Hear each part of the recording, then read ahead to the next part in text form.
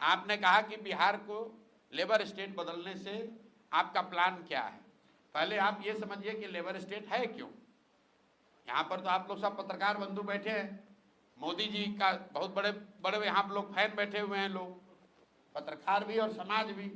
आप ये समझिए कि पिछले 15 साल से जिस बिहार में जाति से ऊपर उठकर लोगों ने मोदी जी को वोट दिया है, मोदी जी ने आज तक बिहार में एक फैक्ट्री क्यों नहीं लगाया। बिहार देश में कौन सा ऐसा उद्योगपति है जिसको मोदी जी अगर कह दें कि भाई तुमको छपरा में चीनी मिल लगाना है गोपालगंज में, और वो न लगाए, ऐसा किसका हिम्मत है। मोदी जी ऐसा क्यों नहीं कहते हैं। मनमोहन सिंह जी ने कभी ऐसा क्यों नहीं कहा।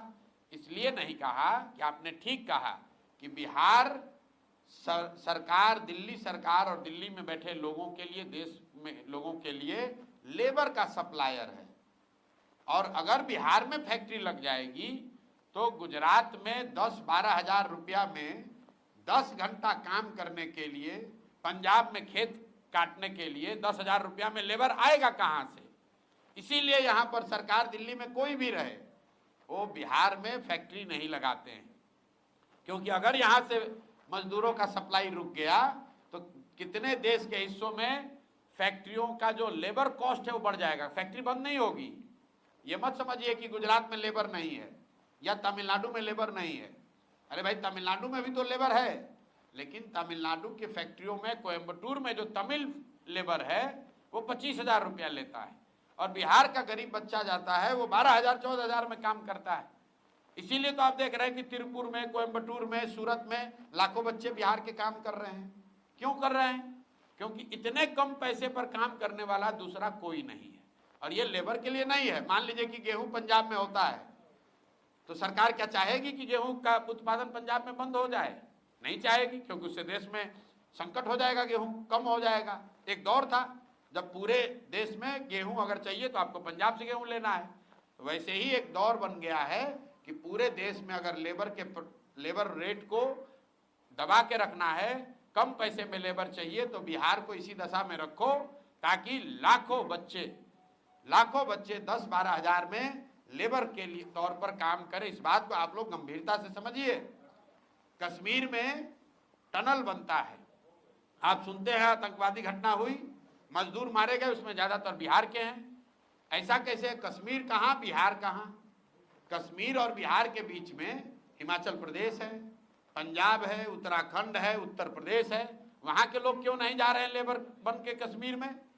क्योंकि बिहार का गरीब आदमी गोली का डर रहते हुए भी कश्मीर में जाकर 15 हजार में काम कर रहा है। उत्तराखंड और यूपी का आदमी सोचता है भाई हम खाए, ये रिस्क ले। ये समस्या है और यहाँ पर इसकी कोई चर्चा नहीं। आप किसी भी नेता को बुला लीजिए, आज तक आप दिखाइए बयान अगर किसी ने कहा हो। अभी मोदी जी आए तो मधुबनी में क्या बोला कि सहरसा से, पहले तो सहरसा का उच्चारण गलत कहा, लेकिन कहा उन्होंने कि सहरसा से मुंबई जाने के लिए नई आधुनिक, सुनिए, नई आधुनिक ट्रेन चलेगी जिससे श्रमिक परिवार के बच्चों को वहां जाने में सुविधा होगी। ये कितनी बड़ी अपमान की बात है कि मोदी जी ये कह रहे हैं कि फैक्ट्री गुजरात में लगेगा और बिहार के लोगों को ट्रेन की सुविधा दी जाएगी ताकि आपके हमारे बच्चे उन ट्रेन पर जानवरों की तरह बैठकर जाएंगे सूरत में, बॉम्बे में काम करने। और पत्रकार बंधु आप लोग लिख रहे हैं कि मोदी जी ने 4 ट्रेन की घोषणा की। पब्लिक की चेतना ऐसी मर गई है कि वो भी ताली बजा रहा है कि 4 ट्रेन और मोदी ने घोषणा की। अरे ये भी नहीं समझ में आ रहा है कि तुम्हारे बच्चों को मजदूर बनाकर गुजरात में ले जाने के लिए अगर ट्रेन दिया जा रहा है तो तुमको पूछना चाहिए कि वोट तुम्हारा है तो फैक्ट्री बिहार में लगना चाहिए कि गुजरात में लगना चाहिए। अंग्रेज भी तो आकर यहाँ से हम लोग के पूर्वजों को मॉरिशस और फिजी ले गए थे, ट्रेन से ले गए थे, जहाज से ले गए थे, तो क्या वो आपका भला करने के लिए ले गए थे? मोदी जी अगर गुजरात में आप जितने लोग हैं आपको हम चुनौती दे रहे हैं, आप मोदी जी का एक भाषण हमको दिखाइए गुजरात में जहां उन्होंने ये कहा हो कि भाई एक नया ट्रेन गुजरात से खुलेगी जिसमें गुजरात के श्रमिक परिवार के लोग कोयम्बटूर और बॉम्बे जाकर मजदूरी करेंगे, काम करेंगे। मोदी जी ये कह सकते हैं? अगर कहेंगे तो गुजरात में एक वोट नहीं मिलेगा। लेकिन बिहार में आकर कह रहे हैं कि श्रमिक परिवार के लिए स्पेशल ट्रेन चलेगा। भाई हम लोग को ऐसा ट्रेन नहीं चाहिए। प्रशांत किशोर पहला आदमी है जो कह रहा है हम लोग को ऐसा ट्रेन नहीं चाहिए, नहीं चाहिए ऐसा ट्रेन जिसमें हम लोग के बच्चों को मजदूर बनाकर ले जाया जाए। हम लोग ट्रेन और स्टॉपेज के चक्कर में पड़ के अपना जीवन बर्बाद कर दिए। यहाँ नेता यही कहता है कि भैया ट्रेन के नेताजी काम क्या किए हैं, तो ट्रेन का स्टॉपेज 2 मिनट करवा दिए।